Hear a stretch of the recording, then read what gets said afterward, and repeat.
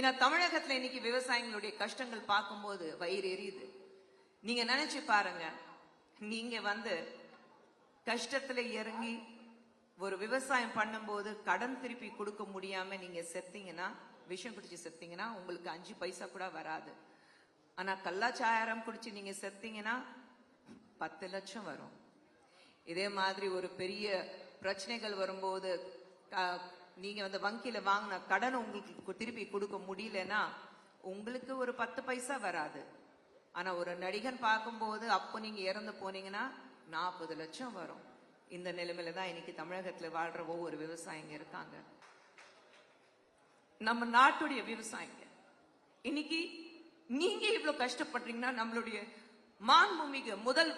மாண்புமிகு முதல்வர் அவர்கள் என்ன பண்ணிட்டு இருக்காரு?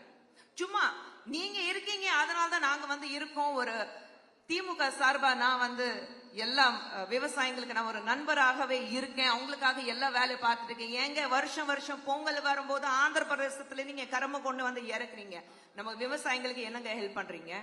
பொங்கல் வந்தா எலெக்ஷன் வருது, அதனாலதான் நீங்க அவங்களுக்கு பரிசு கொடுக்குறீங்க. ஆனா அதுக்கு முன்னாடி 5 வருடமாக நீங்க விவசாயிகளுக்கு என்ன செஞ்சு கொடுத்தீங்க? சும்மா வரும்போதெல்லாம் வாய்க்கு வந்தபடி விவசாயம் சொல்லிட்டு இருக்கீங்க. ஆனா இன்னைக்கு நம்மளுடைய மதிப்புக்குரிய மரியாதைக்குரிய பிரதமர் நரேந்திர மோடி அவர்கள் உங்களுக்காக கொண்டு வந்த அத்தனை நல்ல திட்டங்களுக்கு தடையா இருக்கிறது திமுக ஆட்சி மட்டும்தான். இன்னைக்கு திமுக சார்பாக உங்களுக்கு ஒரு வேலை செஞ்சு கொடுக்கறாங்களா? இத்தனை நல்ல திட்டங்கள் இப்ப பார்க்கும்போது, எல்லா நல்ல திட்டங்கள் பார்க்கும்போது உங்களுக்கு பிரதமர் அவ்வளவு நல்ல திட்டங்கள் கொண்டு வரும்போது திமுக சார்பாக ஒரு நல்ல திட்டங்கள் உங்க கண்ணுக்கு வரதில்லை. உங்களுக்கு எந்த உதவி பண்றதில்லை.